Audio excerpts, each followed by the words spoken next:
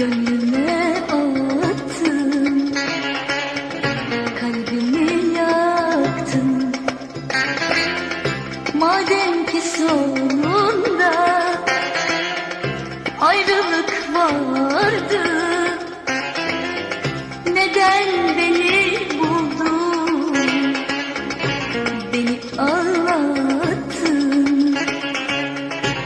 beni sızlattın. Karardı benim dünyam, feryadımı duysana. Kayboldum bir meçhule, ellerimden tutsana.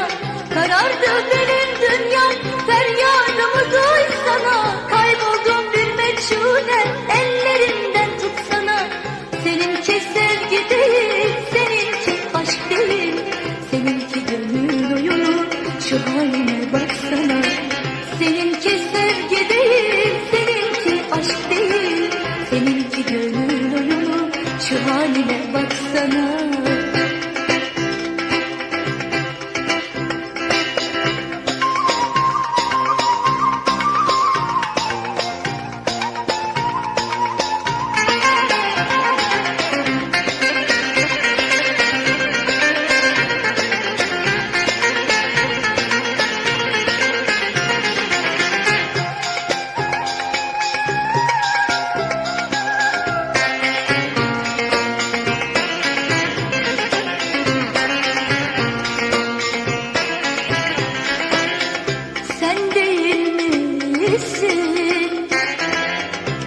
Beni terk eden, sen değil misin?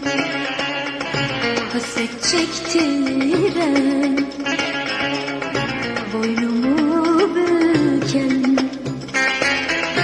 Nedir bu hırçınlık, nedir ettiğin? Gel de kurtar beni, yeter çektiğin, benim çektiğim.